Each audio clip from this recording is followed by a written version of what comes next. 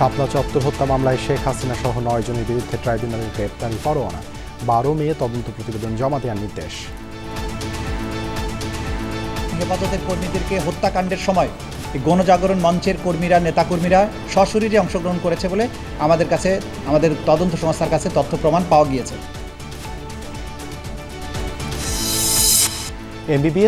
BDS ছাড়া নামের আগে ব্যবহার করা যাবে না ডাক্তার পদবি, রায় হাইকোর্টের। কোথাও কোথাও কর্মবিরতি চলছেই, সেবা বন্ধে দিশেহারা রোগী স্বজনরা।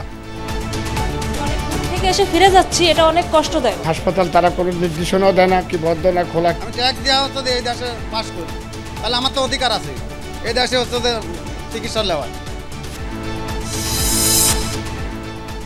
3 দিনের সফরে কাল ঢাকা আসছেন জাতিসংঘ মহাসচিব। প্রধান উপদেষ্টার সাথে যাবেন রোহিঙ্গা ক্যাম্পে, যোগ উদ্বাস্তুদের গণ ইফতারে।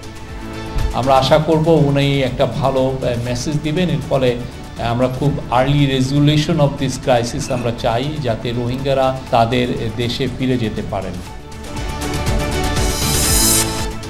ফ্যাসিবাদীরা পালালেও চক্রান্ত বন্ধ হয়নি এখনও, বললেন বিএনপি নেতা সালাউদ্দিন।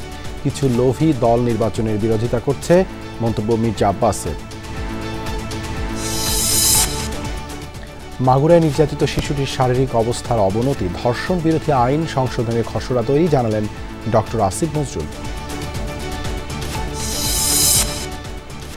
পাকিস্তানের ট্রেনে জিম্মি দশার অবসান হয়নি, সেনা অভিযানে 30 বালুচ বিচ্ছিন্নতাবাদী নিহত, 190 যাত্রীকে জীবিত উদ্ধার।